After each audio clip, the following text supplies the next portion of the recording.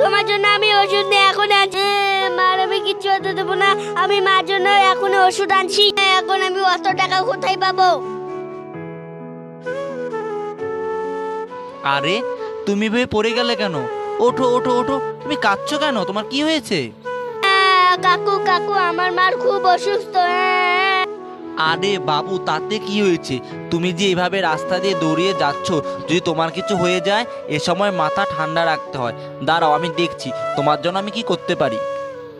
কাকু কাকু, আমার মার খুব অসুস্থ, চিকিৎসার জন্য অনেক টাকা লাগবে। আমি টাকা কোথায় পাবো? আমি তোমার সব কথা শুনলামই, তোমার আর টেনশন করতে হবে না।